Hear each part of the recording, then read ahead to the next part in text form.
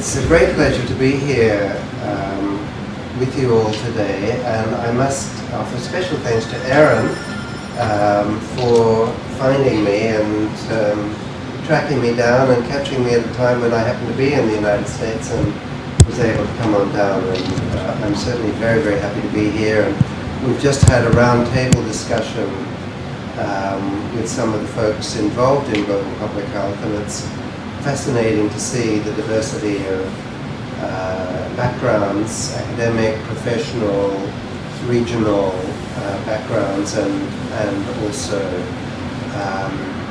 the type of research that's being done here is very broad-based and an inspiring breadth of activities and commitments. I'd like to talk about public health. Am I blocking any beams if I'm standing here? No. The public health aspects of traditional medicine, particularly traditional meaning indigenous medicine, but also complementary medicine within a framework of what these days is being called integrative medicine. But I'd like to start off, just so we're all on the same page. It may seem silly in a public health setting to define what we're even talking about with public health, but often we take it for granted, and I thought it would be good to just start off with some conception of what public health might mean. Here you see the definition from the Association of Schools of Public Health in the US, where public health is looked at as science and art, which is very interesting, of protecting and improving the health of communities through education, the promotion of healthy lifestyles, and research for disease and injury prevention. That's a very compact and comprehensive characterization of public health, and there's a lot in there that we'll touch on that's important. The health of communities is very interesting, and of course in clinical medicine the focus is very much on the health, particularly of the individual, and public health brings this broader focus on communities.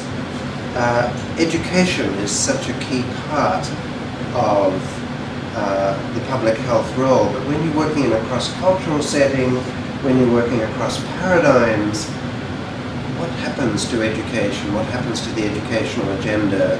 Educating whom in what, for what? All of the fundamental questions have to be examined. And the promotion of healthy lifestyles. I think that one of the things that's often not looked at in public health, particularly when looking at other cultures, and in this instance traditional medicine, is how the culture itself and how the traditions of that culture conceptualize a healthy lifestyle and indeed an optimal state of health. What is that? You know, I've done a lot of work in India on the Ayurvedic medical system, and the Ayurvedic word for health is swasthya. Anybody know that term? Some people heard the term swasthya? Yeah, some have. Do you know what it means, where it comes from? You do. I'm not directly sure. Have a guess. I understand the literal translation is established in the self. Excellent. Your Sanskrit is impeccable. Swa means the self, and sthya is where we get the word stand from through the Latin stare, which Latin was an Indo-European language. So swasthya, standing or established in the self, and the self means a very expanded sense of self, like in the Ayurvedic framework it would mean the enlightened self, the fully developed, beyond Kohlberg, beyond Maslow, highest of the highest stages of human development. That is health. That is wellness. So I think that what the traditional health systems offer us within this public health framework is perhaps some important insights into exactly what optimal functioning might be, and perhaps some of the ways of getting there. And of course, there's Dr. Koop's important insight that healthcare matters to all of us some of the time, but public health matters to all of us all of the time.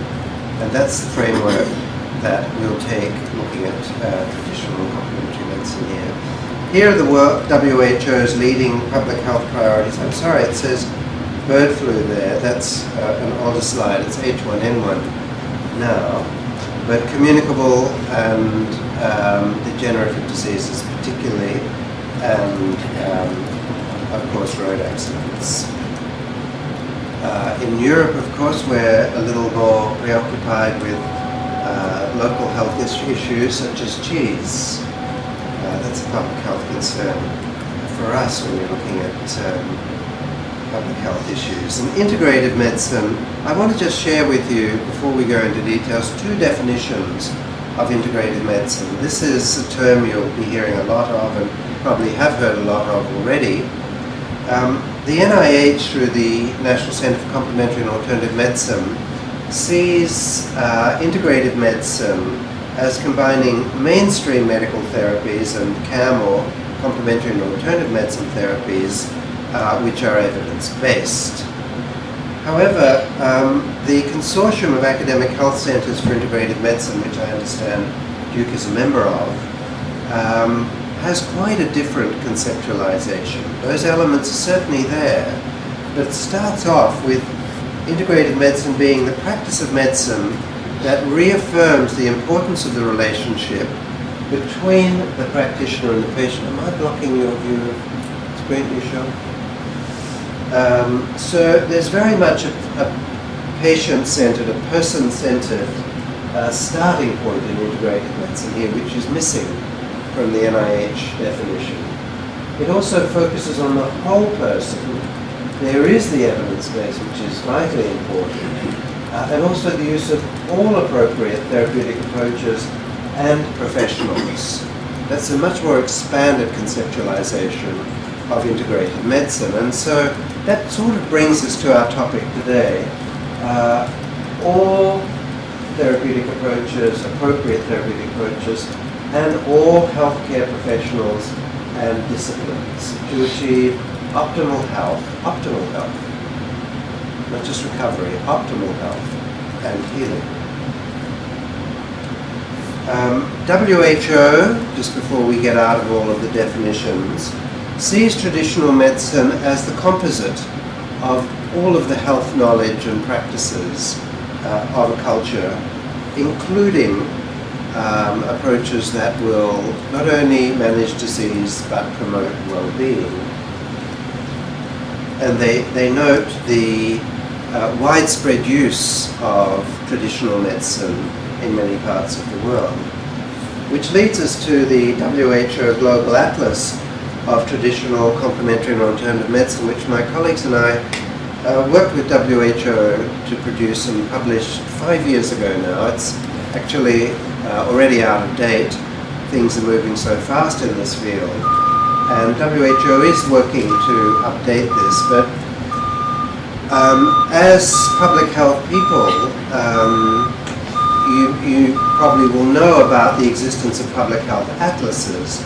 Typically, a public health atlas is a mapping exercise to see where is disease in a country, or where is disease in a region, or a map of aging of a country or a region, a map of violence or traffic accidents or whatever. But this was a different exercise.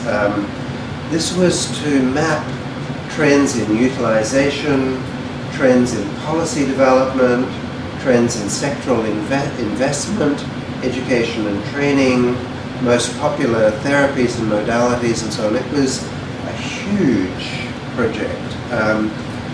And we worked with all of the WHO offices, the 6 regional offices, and they in turn worked with their member countries, and we had coordinators in the regional office and coordinators in the countries gathering a huge mass of data. Even then, this was just secondary data. It was not primary data. We proposed to WHO that we do a prospective study, which would have taken 5 years or more, and they said, well, maybe next time. For now, we'll just work with existing data. So that is a limitation to start with. They wanted to just get an initial bird's eye view of what was happening in this field. That's one of 2 volumes of the Global Atlas that we produced, one volume of chapters, a series of case studies of countries and regional snapshots, and then a second volume of maps.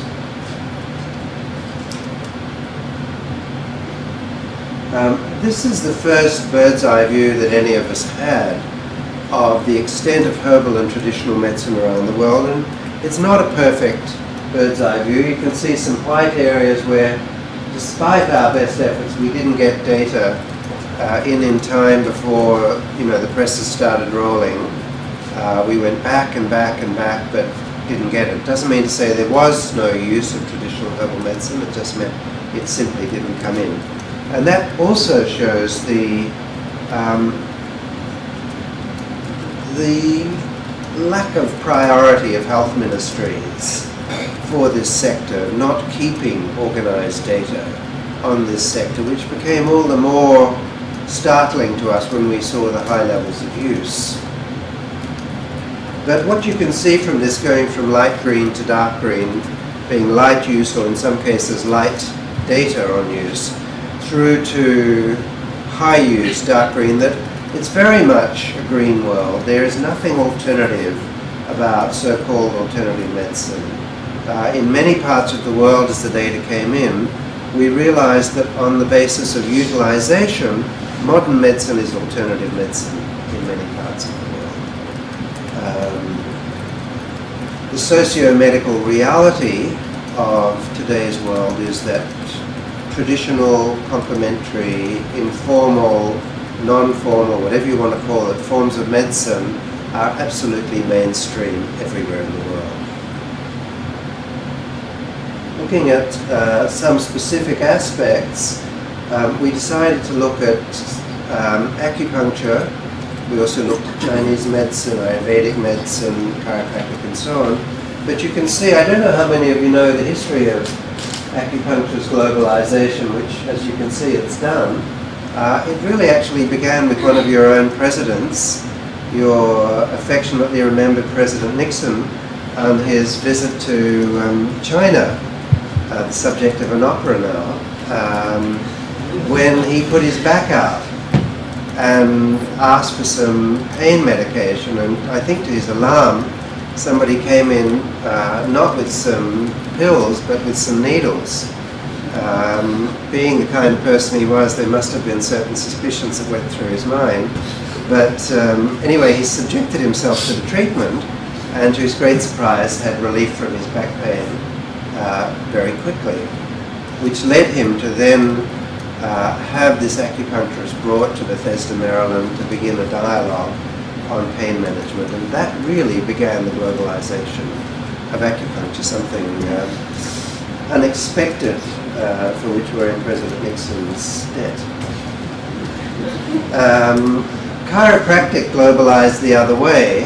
Instead of going east to west as acupuncture did, it went from the west to the east, and in terms of utilization, you can see chiropractic is also very much a globalized form of complementary healthcare. I'm sorry this is going to be, I'm giving you big bites in a very short series of little bursts, and there's no other way I can do it because it's such a big field, but please feel free to refer to the atlas, which I gather is in the library here. Yes. But here are some summaries of some of the trends overall, that women generally are higher users of healthcare than men. We know that. That's in part because women are mediating healthcare for the whole family. We found that this was very much the case globally, also in a study we did in the UK of almost 9,000 respondents, a healthy life survey using the SF36, including a question on the use of complementary providers. We found that twice as many women as men were using complementary therapists. Now in Britain, that's particularly striking because we have what to all intents and purposes is a free health service. It's not free because you pay for it in tax, but it's free in terms of access, and everyone can have access to healthcare. There's no sense that I can't afford healthcare. Everyone can go. And what we found is that people are paying out of pocket for other providers when they've got a free service. Now, conventional economics would not predict that. A conventional economic view would be if you have a free service and a service you have to pay for, people will take the free one. It's not true, it's not happening. Obviously that crude sort of goods and services logic doesn't apply to people's health. And what we find is that women are much higher users of complementary providers, quite apart from products, than are men. In some conditions such as cancer, women are 5 times more likely than men to use many of the complementary approaches. I think this is an important trend. I don't have time to develop it here, but I'd really like to plant it in your thinking. It's something that, without wishing to sound ideological, that we can look at in some respects as feminization of healthcare. And the reason I say that is we looked more closely at why men were using complementary medicine and why women are using complementary medicine in our study in the UK. And we found that women use complementary medicine and therapies and therapists in a very ecological way. So if there's a problem, women will look and be willing to change a relationship that may not be good, to look at stress management, lifestyle, exercise, and so on. Now, that's not cut and dried, all women and all men, but it was a trend. We found that the men in our sample were much more symptomatic, much more mirroring the modern medical approach. Doc, I've got a bad back, can you give me an adjustment?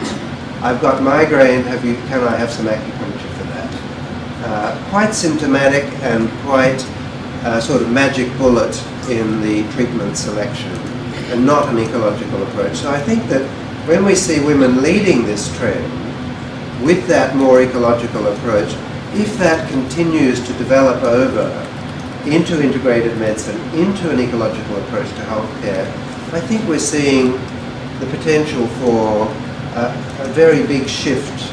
You know, you might consider it a paradigm shift, something of a revolution in approach from this symptomatic, organ-specific, disease-specific, treatment-specific approach to an integrative, ecological approach to health and health management. There are many different equations we found for who pays for this. By and large, we found around the world the public are paying for traditional and complementary medicine services. Often, as we've said, even when there are conventional services available, and which requires a rethink of health economics. Here's a map of public financing. Now, we can't, unfortunately, in the criteria we use for mapping through the GIS system, we can't map state by state. So we made a note here in the US, for instance, that there's limited public finance coverage by Medicaid or Medicare. Because there's some evidence of public financing doesn't mean it's comprehensive at all. But even some evidence, in Britain it's only 10% of the complementary therapies used are covered by the National Health Service. But that's something. What we see is a growing trend for some public financing coming into this. It's moving out of just simply the user pays. And when governments get involved, then again it's a process of mainstreaming. And that's what we were struck by as these maps began to emerge, that there's already quite solid evidence of a mainstreaming and a formalization of these approaches. In the West, of course, there's the well-known trend of the higher the income, the higher the use. And we have found in the developing world the converse was the case, that the lower the income, the higher the use. So we have globally a bimodal curve where The poorest and the most affluent are using these approaches that we might loosely call natural medicine, whereas a large bulk of people in the middle are still much more reliant on conventional mainstream medicine on its own. Here are some examples of government support for traditional medicine. In Japan, Kampo medicine, around 150 traditional Japanese herbal preparations are provided for under Japanese comprehensive health care. And not only that, doctors are not only allowed to prescribe, modern doctors, medical doctors, prescribe herbal traditional medicines, they can also sell them. So that's a very different model to the separation of church and state that we have in modern medicine, where doctor and pharmacy have to be kept apart. The fiduciary interest is seen as an unhealthy one in the West. In Asia, the tradition is that the doctor provides everything, the diagnosis and the medicine and so on, and the Japanese government actually funds that process. Just to see, the yellow here is legal recognition of acupuncturists and practitioners of Chinese medicine. Again, the star here in the US just showing that in some states this is the case. But now in Britain, Britain should be yellow now. Other states in Europe should also be yellow, showing what we really saw for the first time visually as the globalization of Chinese medicine. It's certainly leading in the globalization of Asian health systems and traditional medicine generally, and China has been very, very purposeful in this process of globalization, having an international division to their traditional medicine sub-ministry that works specifically on regulatory issues, trade issues, and so on, to accomplish this end. So, in summary, what we can see is that the majority of the world's population, about half the population or a little more of most industrialized countries, are using some form of traditional or complementary medicine, paying largely out of pocket for it. The majority of the population of most developing countries are regularly using these approaches. About half, about 2/3, that's the majority of the world's population. What we see is that women are leading this trend. Studies in India, for instance, show that where there's a grandmother living in a family, there's a much higher use of traditional medicine. The generations pass the knowledge on. Asian health systems are globalizing, and governments now are across the board involved in regulation, setting standards of training, safety, product, evidence for products and claims, advertising standards in this sector, and so on. So we are seeing really a formalization of the whole field. Well, that's all backdrop, really. I wanted to talk with you about a public health research agenda in the field of traditional and complementary medicine, because largely when we hear about research in this field, we hear a fairly narrow biomedical research agenda of randomized controlled clinical trials and safety studies. But from a public health point of view, what would a research agenda look like? The founder of the Cochrane Collaborative, which was really the sort of leading engine of the move for evidence-based medicine, is Professor Sir Ian Chalmers at Oxford. He set up the Cochrane Collaborative, named it after his own professor, Archie Cochrane, to begin this evidence-based approach to medicine, the aggregation of multiple studies to look at effect size, to really see how treatments are working, whether they're working, and so on, and to base clinical decisions on this body of evidence. He's now moved on to something else, which is the James Lind Alliance, which he's set up, named after the ship surgeon who discovered the cure for scurvy. One of the big curses of global expansion in the days of sailing ships was that the long times at sea resulted in sailors getting this terrible debilitating disease that was called scurvy, which they could die of. Lind discovered that, or investigated, claims that lime juice and lemon juice could reverse this, and it turns out to have been a severe vitamin C deficiency. And the way he did it was to simply test. He gave lime juice to one group of sailors and nothing to another group of sailors.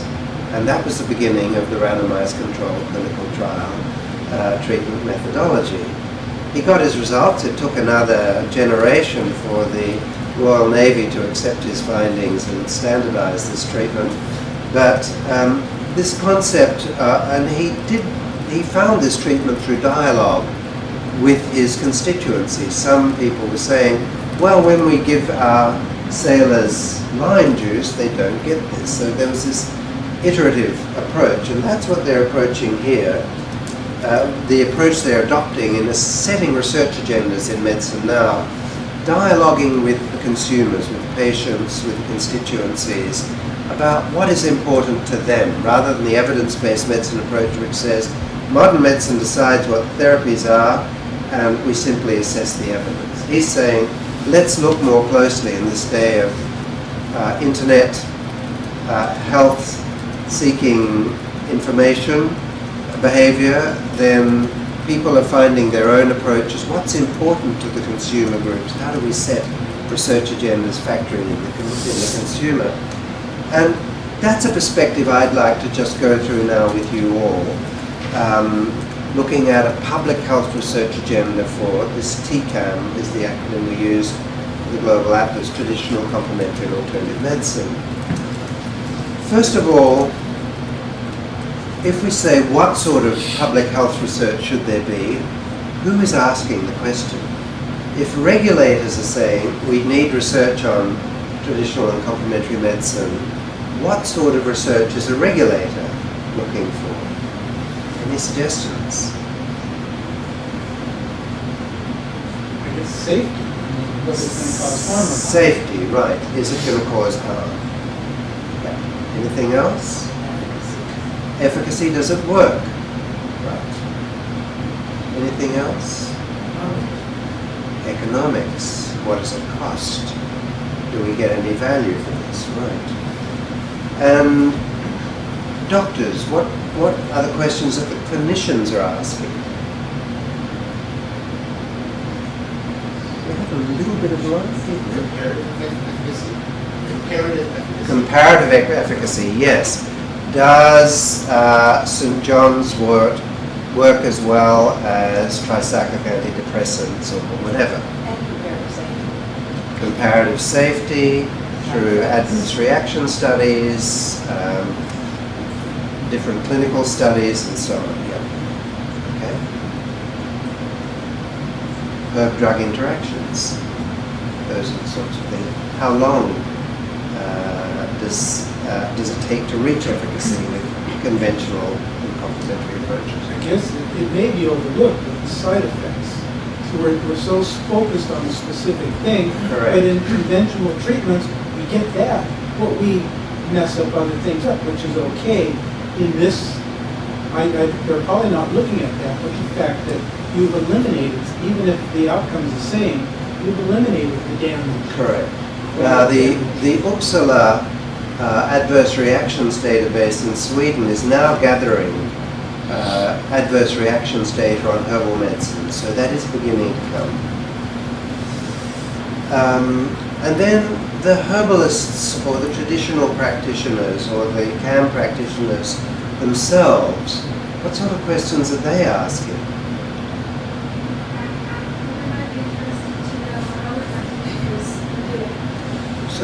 So practitioner surveys, who's doing what? Yes, indeed. validation of their practices. That's a very common one. I can't tell you how many times I've been in a village somewhere where some herbalist will come up and say, please test my medicine for me. I know it works. Can you give me some evidence for it? Optimal delivery methods, yes. The best model of providing the treatment. Also, formulations, I use this formulation, so-and-so uses that formulation. Which is better? Does the ethics in trying to get someone to test medicine come in anywhere in stages as well? Ethics comes in everywhere. In practice, in testing, in use, everywhere. It's a very important question. In fact, I was just saying to the discussion group earlier that in July I organised and chaired the first first panel on the bioethics and Asian traditional medicine at the World Bioethics Congress, which was held in Singapore, and got this forum to begin to look at traditional medicine finally. And the reason we did it on Asian traditional medicine was because it was in Singapore and they were focusing on Asian themes.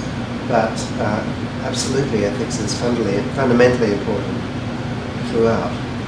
And there are some unique aspects to the ethical issues.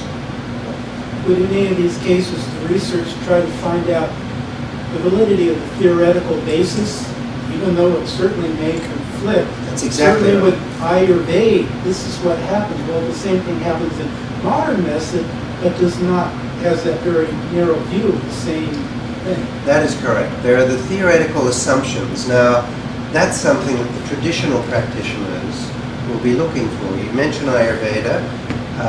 One of my very senior colleagues in India, Professor Ranjit Roy Chaudhary, who worked with us at Oxford, is a medical doctor, did his doctorate in clinical pharmacology at Oxford, went back to India and was asked by the health ministry to do research on an Ayurvedic treatment for asthma.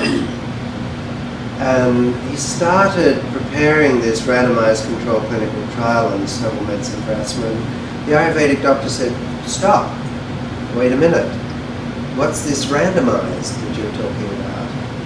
He said, well, we just assign numbers to people. It's generated by a computer, and whoever they are, whatever their numbers are, the computer then just randomly pops them into one of our different experimental groups. And they said, oh, we don't like that, we're very sorry, because that won't work with our medicines. He said, well, what's your problem? And they said, actually, we identify 3 major different mind-body types. Like in cardiology, you have type A, type B, type C. In Ayurveda, we have type Vata, type Pitta, type Kapha. And they're different mind-body constitutions, and the medicine will work differently with them. Oh, said Ranjit, so what do we do? They said, here's what you do. You let us tell you. You choose your subjects. We'll then tell you which is the Vata group, which is the Pitta group, which is the Kapha group. Then within the Vata group, you can randomly assign them to treatment or control.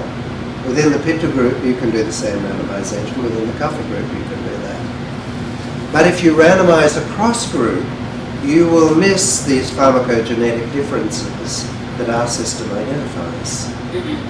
He said, okay, and what's your forecast?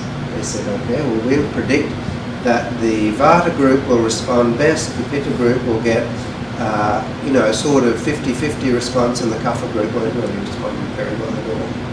And that's exactly what they found. So that's a testing of a theoretical assumption that isn't there in Western medicine. And they turned around and said, now if you use that in your pharmacology research, you'd get pretty different results on drug testing, because we reckon those 3 different types are pharmacogenetic universals, and that different types respond differently to any drug.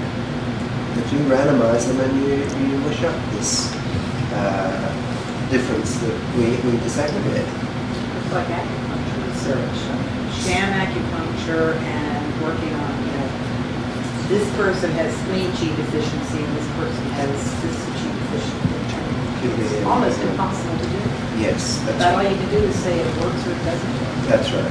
And the whole question of is there such a thing as a sham acupuncture point is extremely hotly debated. Professor Bodeker, could I point out that we actually have a physician here at Duke, an oncologist, and she is treating patients with melanoma, but every patient that she treats is diagnosed by a physician in traditional Chinese medicine and divided into a particular pattern differentiation. Yes. And ultimately she wants to see if the patients who actually fall into different patterns of traditional Chinese medicine ultimately respond differently to the standard biomedicine that she uses. It's very exciting. Very exciting. And there is published research about 2 or 3 years ago in the Journal of Alternative and Complementary Medicine on the differences, on the genetic differences of the Chinese typology and also the Ayurvedic typology. And they have strong commonalities. It's very important. And that's really fundamental research. That's paradigmatic research.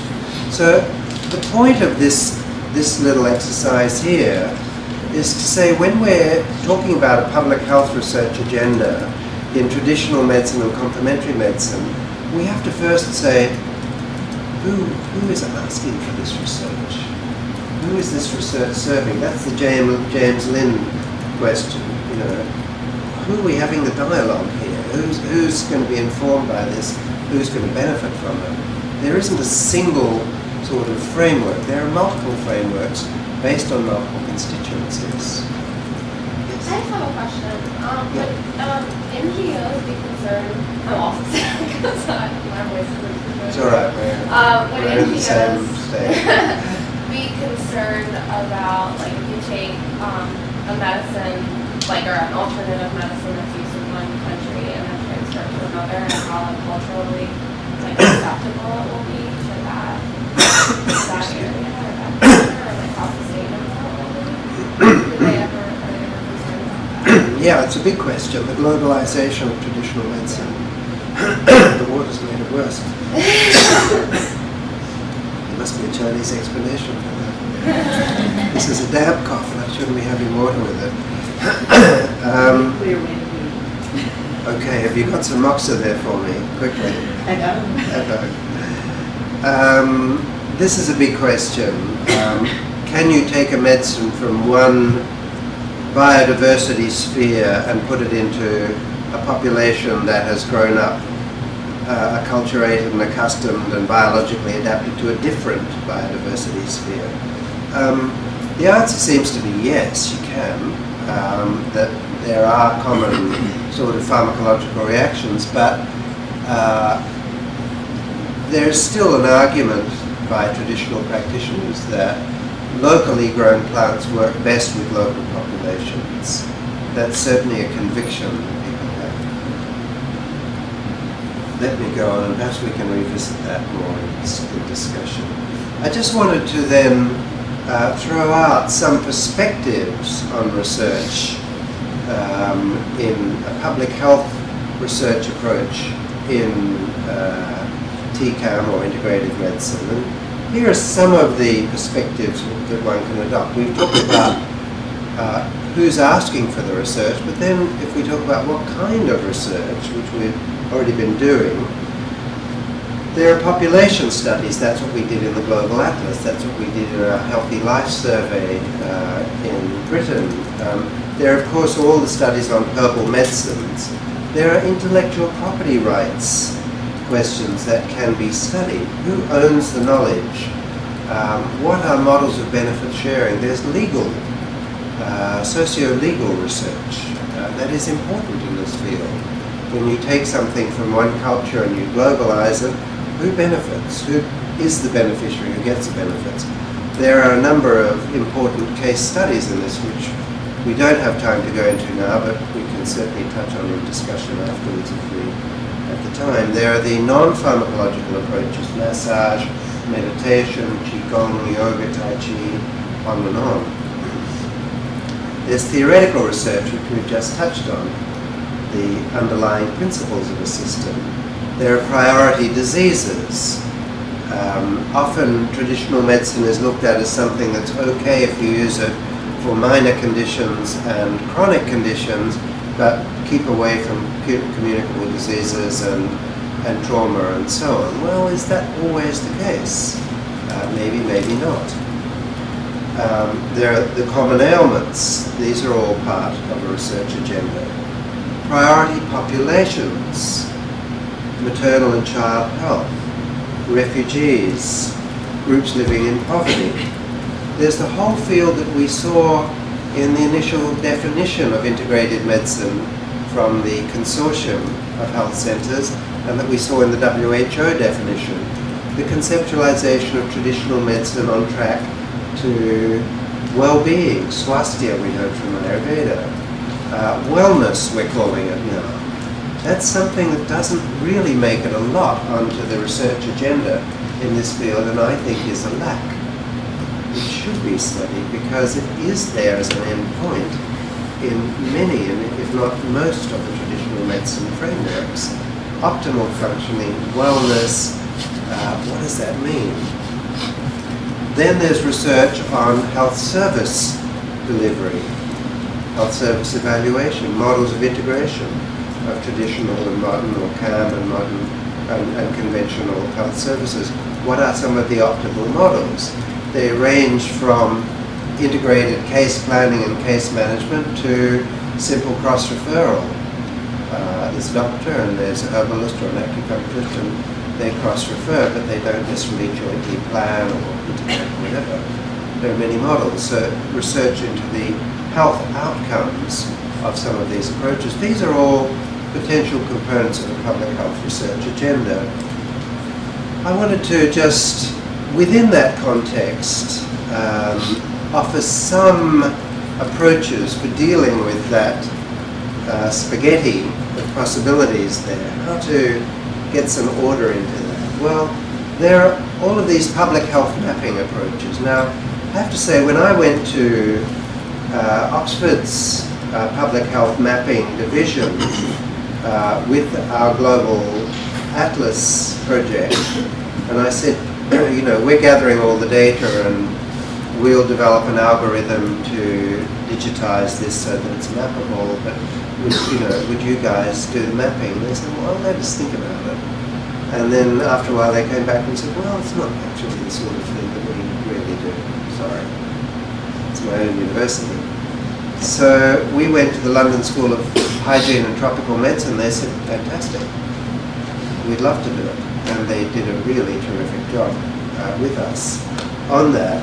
But this public health mapping includes utilization studies, atlases, studying outcomes in populations where they're using traditional medicine and their priority diseases.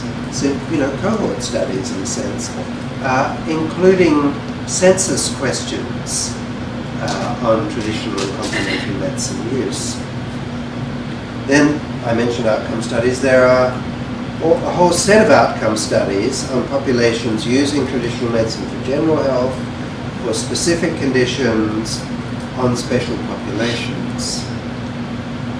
Then, of course, there's preclinical research, which are ethnographic descriptions. This is where the anthropologists come in so well, of actually characterizing how do people use these approaches. What does it mean to them? How do they value them? What are their belief systems about these approaches? So that when we get to do other forms of evaluation, we're evaluating a whole system or a whole approach rather than just something we pull out and we determine is important. Cohort studies, it may not be ethical to introduce a herbal anti-malarial to a population that has cerebral malaria. It is not ethical to do it. But it's completely ethical to track the outcomes where people are themselves seeking that treatment from a herbalist, and you see what's going on, what happens here. There are many natural experiments happening that we're not capturing, and the cohort methodology allows us to do that. And then, of course, there are very, very large-scale clinical trials that are important as well. I'll be in India in about 3 weeks' time, working with colleagues there, building on pilot data that we've generated, working with the head of communicable diseases from Ailments in Paris, which is like the French NIH, planning a very, very big trial on herbal malaria prophylaxis in India. And we want to have 100,000 subjects or more in this study, so we get a really, really clear effect.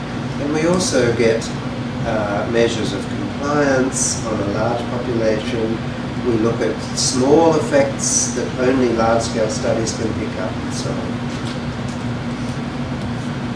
Continuing on, the field of safety has many aspects to it. There are, as we've said, there's the adverse reactions reporting. There's post-market surveillance, there's census data collection. The whole area of the economics of integrated medicine is really crying out to become a serious sub-discipline itself, especially in America at a time of healthcare reform, where economic data can be very important in influencing decisions about what is funded, what's reimbursed, what insurance providers will cover, how that impacts on premiums and so on. So a whole economic research agenda, I believe, is an important raft to include in a broad agenda of public health studies. Quality of life, of course, and that gets into the well-being area. And again, I feel that that's it is being done. There are studies being done on it in this field, but they are quite few in number relative to the safety efficacy clustering, which is basically mirroring the clinical research agenda.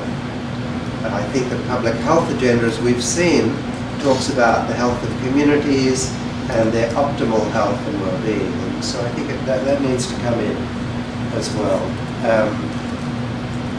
This is our book where we pulled together many of these perspectives. 3 years ago we published that, if anyone's interested in going into the details more closely. Aaron, how are we doing for time? Are we done? We have, It's fine. we have about a half an hour left, but we'd like to leave about 20 minutes of that for questions. Okay, so let me go on for just 5 or 10 more minutes. I've got a lot on here. I thought I'd put a lot on that. This is the main part, the public health agenda that I wanted to share with you. But I've got lots of little examples of different projects that people have done, that my colleagues and I have done. If I share a couple of those with you and then stop, we can have a dialogue. So I've got maybe 8-10 minutes. That sounds good. Okay. So within a public health agenda, we've mentioned priority diseases and special populations. Let me share with you our own experience in malaria. The project that I chair is the Global Initiative for Traditional Systems of Health. Our website, if you want to have a look, is giftsofhealth.org. The acronym is Gifts of Health, website.org. And we have a whole section on malaria, so if you don't want to take notes on this, it's all on the website anyway. But here are some questions that we asked ourselves. Obviously, with some of the previous generations of drugs, there was resistance. There's some early evidence now from the Artemisia-derived class of antimalarials of resistance appearing in Cambodia, the Thai Burma border, a few places. We're getting instances of resistance to artesunate and other Artemisia-derived drugs appearing. So, in the face of resistance, are there local treatments? Because malaria is not new. People have lived with malaria for millennia. How have they managed it, other than some sort of low-level resistance in highly exposed populations? How have their traditional practitioners and their herbalists managed to. What are the key research targets and methods for developing traditional medicines as possible effective and safe treatment, and I should say prophylactic options for malaria? And this led us to, in 1999, set up this partnership. RITAM stands for the Research Initiative on Traditional Anti-Malarial Methods. It's a partnership between our group Gifts of Health and international researchers working on plant-based antimalarials. And when we started, we found that someone at the Kenya Medical Research Institute, KEMRI in Nairobi, was doing something on a plant for malaria. And someone in Thailand was doing something on a plant for malaria, and they were using totally different methods that didn't allow you to even compare species across common methods, because they were different species and different methods, and how could you even begin to make sense of this field? So we pulled these different groups together to try and get standard operating procedures in place. And this again is a sort of public health approach. Instead of one lab doing one study and so on, it's saying, let's look at the field, let's pull the field together. We had no authority to do this. We didn't do it with any authority. We did it with a $10,000 grant from WHO's Tropical Disease Research Division. That got us started. And a lot of the rest of it was just commitment and, you know, a sense of priority. A lot of it has been unfunded. It's just people have been doing it as part of their other work. But the idea was to bring coherence to a very fragmented area so that we could then begin to make some substantive research steps with some important findings. These are some of the things we did: set up a network of researchers, database of work, communications, meetings. We had a meeting last December in Nairobi as part of the multilateral initiative on malaria meetings in Nairobi, and they know us now and they gave us a special slot on this, and this enabled us to bring our constituents together and have mainstream malaria researchers come in and, you know, to move along further with some of our studies. This is just some of the information about us. You can see the different areas we've worked in. There's preclinical, clinical, health systems, specialist groups on policy, preclinical studies, clinical development. In malaria, controlling the vector is important. So what are some of the studies on locally available plants and other methods for vector control and repellents? And we had a specific task force on Artemisia annua because the question was asked, well, the thing about the new artemisinin-derived class of drugs is they certainly are effective treatments against malaria, particularly cerebral malaria, but they're about 8 times more expensive than the class of drugs that they've replaced. So there's a big health economics challenge in terms of coverage with them. And the question remains, is it just artemisinin, this sesquiterpenoid, isolated from this plant used as a treatment for fever in Chinese medicine for 3,000 years? Is it just this one sesquiterpenoid that is responsible, or is it possible that the whole plant itself might both prevent and treat malaria? So we did this. We worked with scholars of Chinese medicine who went back into the texts and looked at how it was prepared, never boiled, maximum temperature of the water 60 degrees, ideally cold water overnight infusion and so on, all from the traditional preparations. And now studies are underway looking at the whole plant as a possible means of prophylaxis and treatment. We developed standard operating procedures in the study of the plants and how they're used by communities, in evaluating the outcomes at preclinical levels, safety evaluation, standard operating procedures for clinical trials, for insect repellents and vector control agents, and we published a lot of these in this book, Traditional Medicinal Plants and Malaria. And again, I share this with you as an example of how a public health approach to a priority disease in the context of traditional medicine might proceed. I'm not saying it's the only one, but this is one strategy that we used, and it's been effective. One of the outcomes has been work with the government in Mali, where some of our team have worked with the health ministry in Mali evaluating a plant called Ailments mexicana, and now based on that clinical trial data, Ailments mexicana is an approved, what Mali calls ITM, improved traditional medicine for use in management of malaria. Then there's special populations, and I see my extended time's almost up, so let me just quickly talk about this. There's a project in India. I'm on the board of this Foundation for Revitalization of Local Health Traditions. That's that acronym there, FRHT, which has actually recently changed its name to the Institute of Ayurveda and Integrative Medicine. But they're a very broad-based community organization in India. FRLHT.org will get you to them. And they've documented community knowledge of plants for healthcare, and they set up this home herbal garden project. Just a dozen or so plants for common ailments. Cough, cold, diarrhea, dysentery, cuts and wounds, irregular menstruation, and so on and on.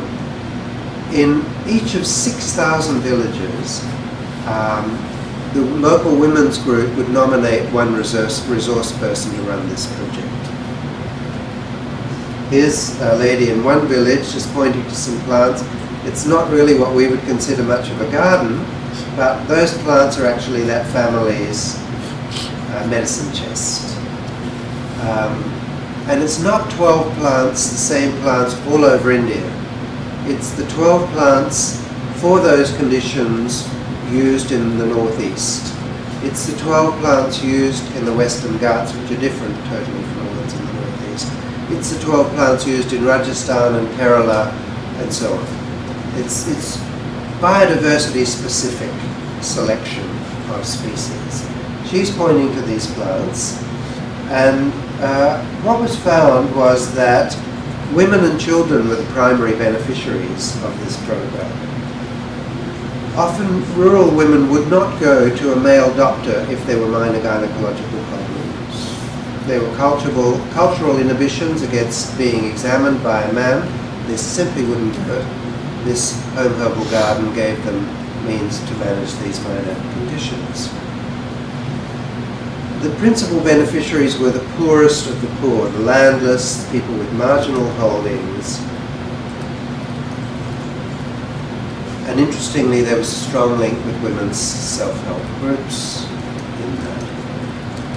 Most importantly was that, and this is a health economics perspective, that the people who didn't take up the home herbal garden program, over a 3-month period, were spending 5 times the amount of money as the garden families on over-the-counter medicines.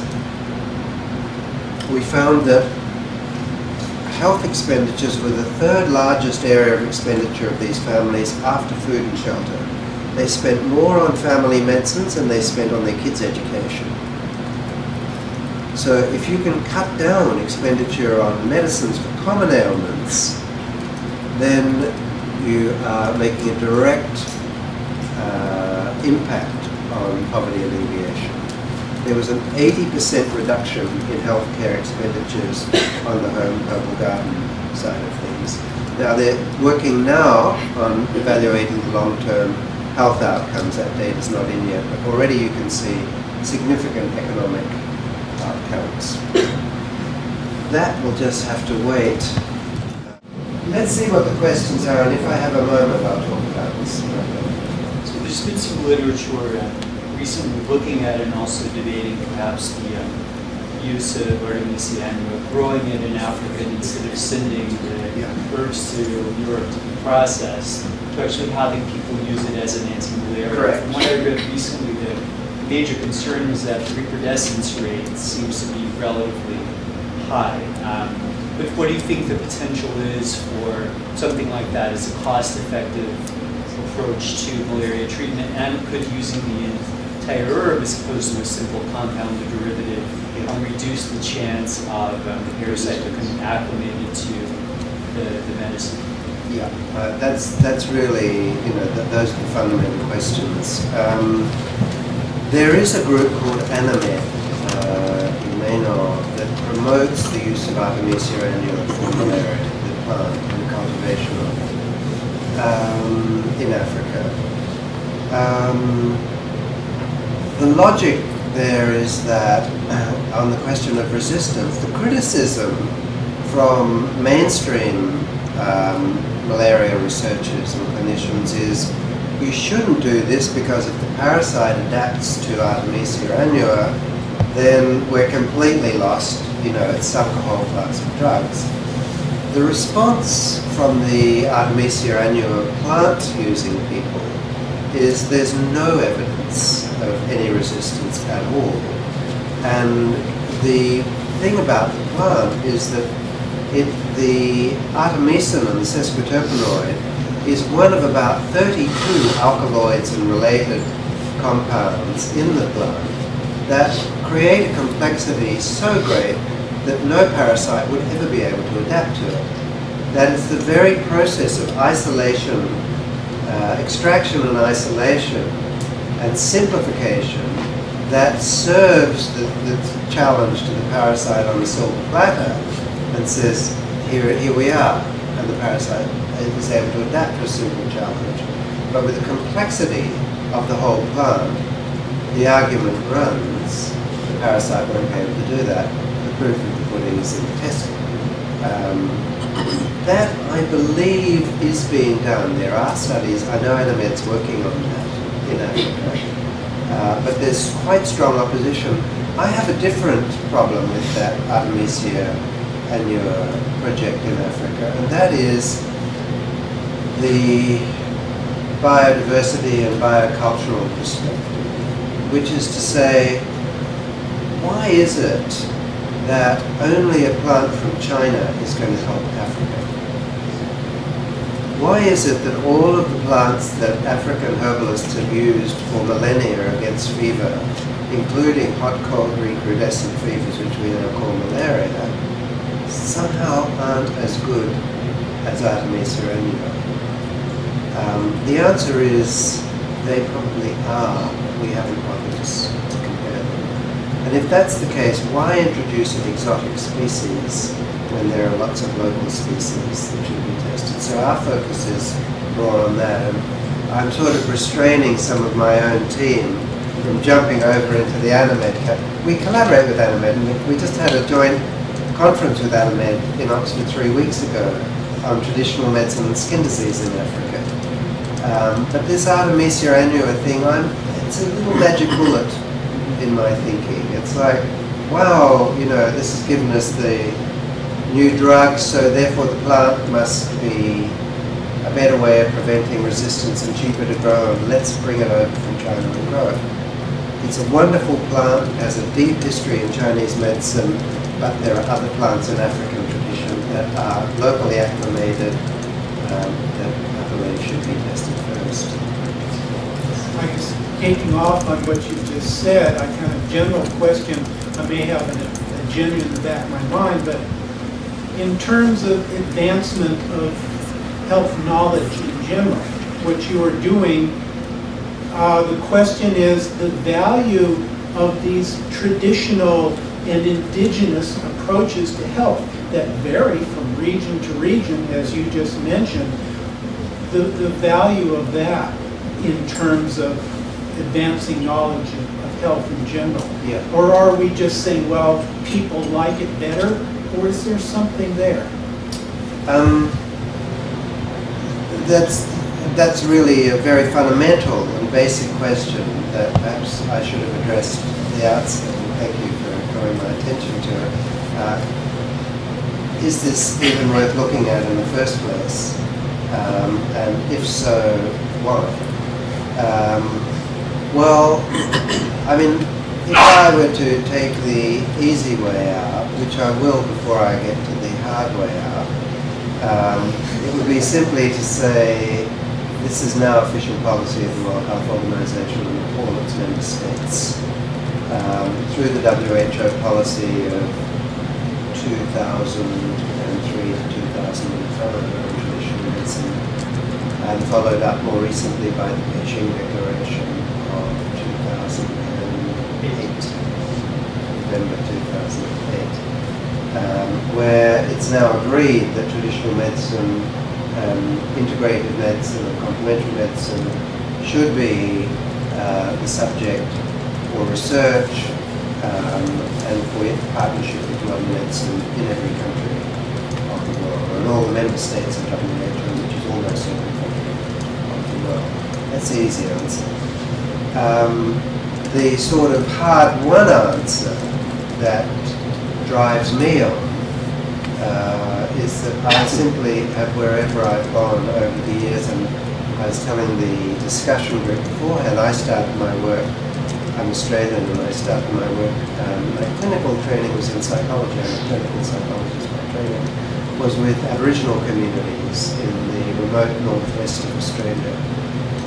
And I basically went straight out of university and through working with the state government of Western Australia was dropped into the northwest and told, okay, start. And I had to relearn everything. And that got me into understanding Indigenous knowledge more broadly and rethinking all of my own assumptions and framework. It was the beginning of what turned out to be a lifetime, not just career, but fascination with Indigenous knowledge systems and ways of understanding nature and society and life and cosmology, all in a unified framework. And from my own experience, the hard one answer is that wherever I've been, as well as seeing some limitations and problems, I've seen tremendous real clinical and human value in traditional medicine everywhere. It's not to say it's perfect everywhere, but there are pockets of such real value that it's been enough to convince me to keep going and to then work to promote the generation of evidence to substantiate, what are initial clinical observations. Might you then say that through this, you may be gaining a more valuable and more effective knowledge basis for health, which may have been overlooked. And with our Western medicine, we do this, but something has been overlooked, and maybe you are uncovering a more, useful knowledge basis. For instance, the fact that diseases, even the laws of nature, vary in different parts of the world. That's why, and so health is the same, but the means to get it is different. Therefore, health might be individual in resonance or in accord with the laws of nature of that area. And when they're out, and then our modern medicine, that's completely not the case, and yet that's the underlying reality that's being ignored. Well, I think the point there is that what's there to be discovered is not just products and treatments, but ways of understanding and seeing. That's more fundamental. It's theory which generates hypotheses. It's not products and technologies. They do, but to a lesser extent. Theory allows you to generate, to hypothesize, to extrapolate. And so understanding those different ways of seeing and different ways of thinking and different ways of managing really is actually broadening the epistemological basis of health and its full continuum. Yes. I'm from China. Yes. I've been involved in traditional Chinese medicine for several years. Yes. So the question I want to ask you that Do you know the principles of traditional Chinese medicine? I do to some extent, yes I do. Okay. So compared with Ayurveda, could you please give me some difference between the two systems? Well, I think actually it's easier for me to give you commonalities than differences. For a start, both have a 5-element theory. Ayurveda has earth, fire, water, air, and space. Chinese medicine has earth, fire, water, wood, and metal. The material and the non-material, there's a difference there. Ayurveda focuses a little more on the consciousness aspect with the air and the space.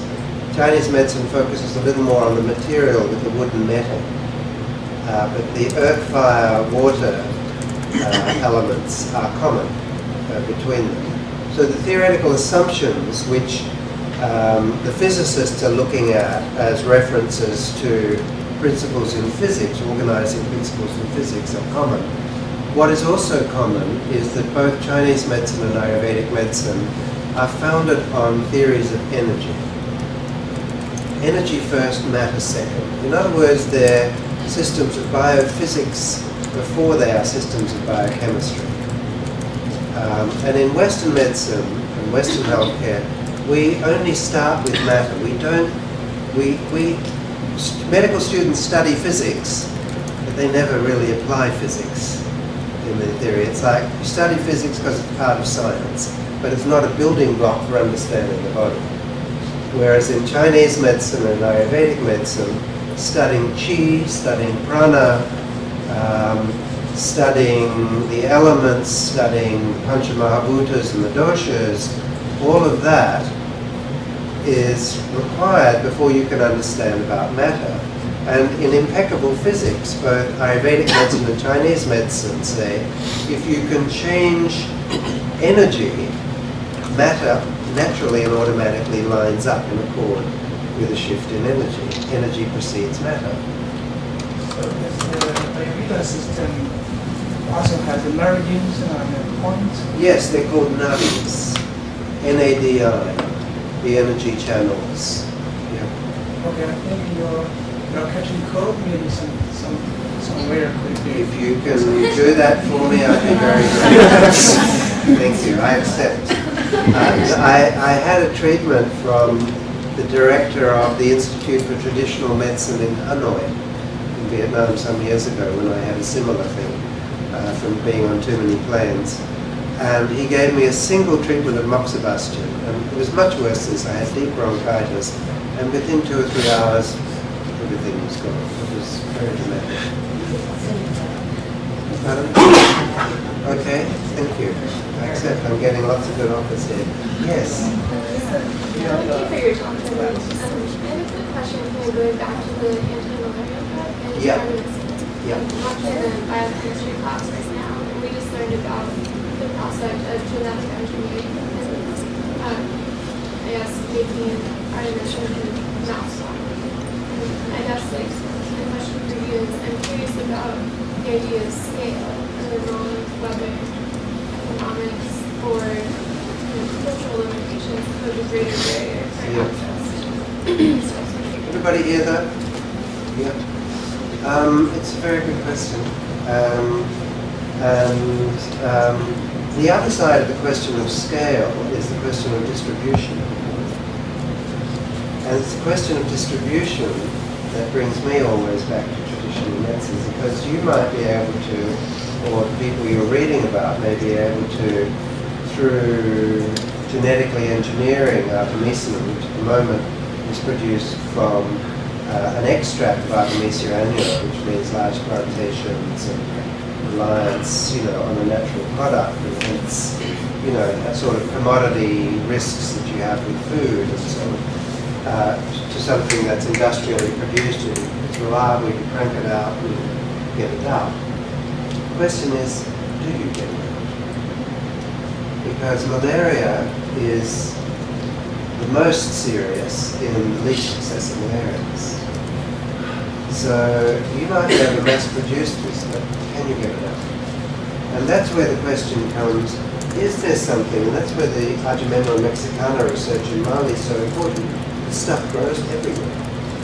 If you can train people to make a tea out of it when they get a fever, forget what sort of fever it is, it doesn't have to be diagnosed. It's a safe plant. There's no known toxicity. They take this. If it's malaria, it works. We know, we've got the evidence. If it's not malaria, it doesn't hurt.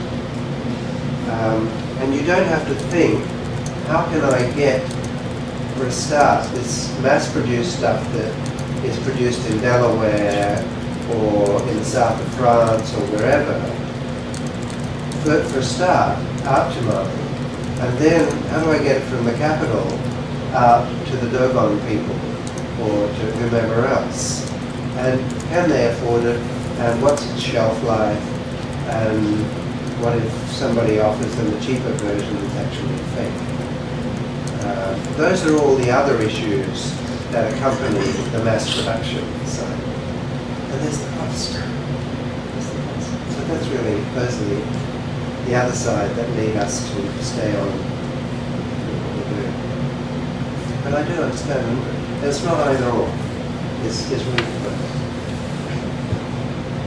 Yes.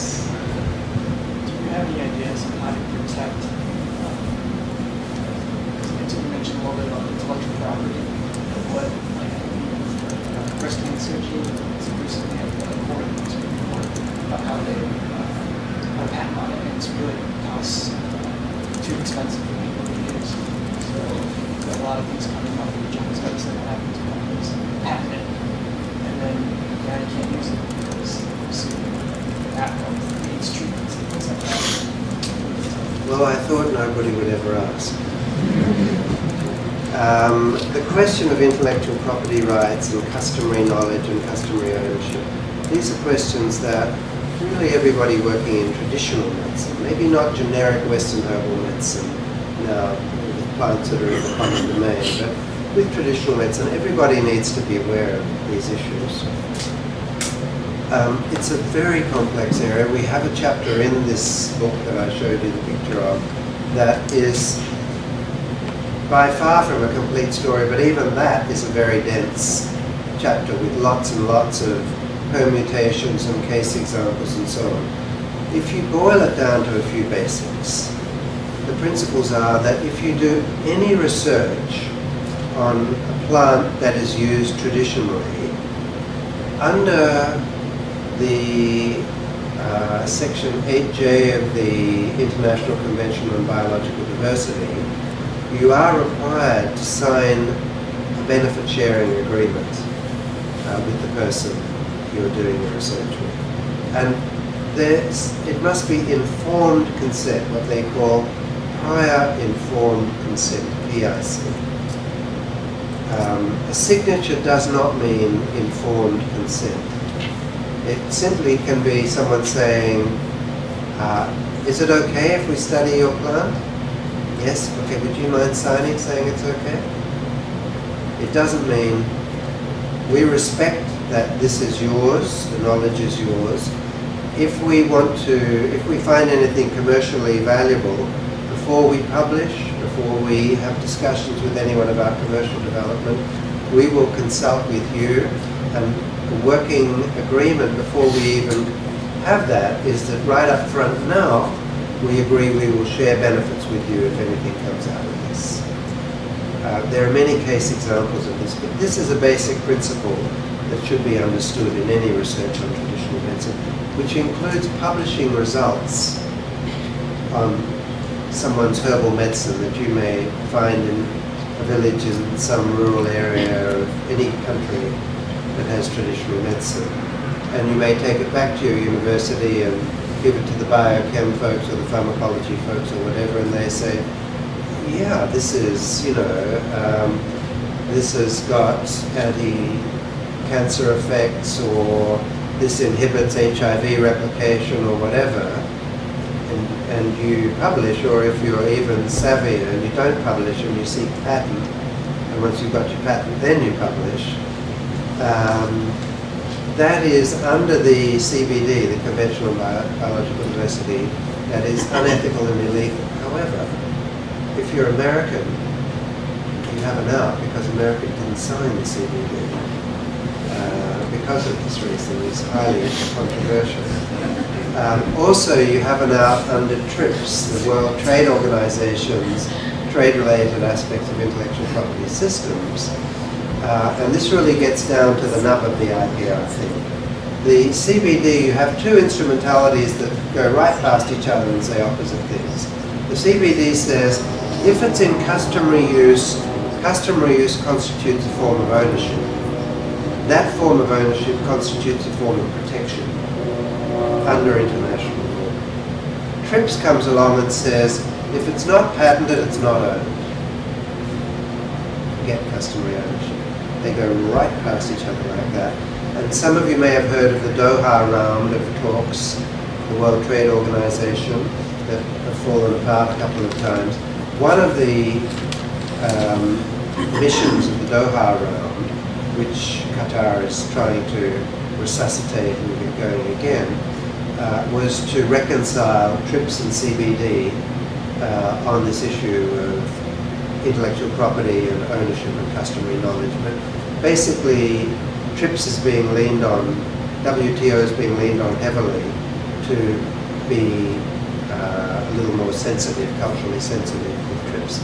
And fortunately, former director of traditional knowledge from the World Intellectual Property Organization has gone over to World Trade Organization and is heading up their intellectual property exercises, and he understands all these issues. So there's hope if the parties will ever talk. But however much hope the bureaucrats may bring, it ultimately gets down to the member states, and if it's not in their interest to sign, they won't. So there's no telling. At the moment, the global situation is one of what's called sui generis, where it's recommended that every country forms its own system for intellectual property protection, which of course means that internationally it's a global commons. So you can protect it in Ghana, where it might come from, but it doesn't have any protection elsewhere. So it's not very satisfactory, really. And if something wants to be, communities or inventors or developers or scientists want to protect something globally, they have to do the national protection. Then they have to go to The Hague and do an international patent through The Hague. Then they have to do it through the US Patent and Trademark Office.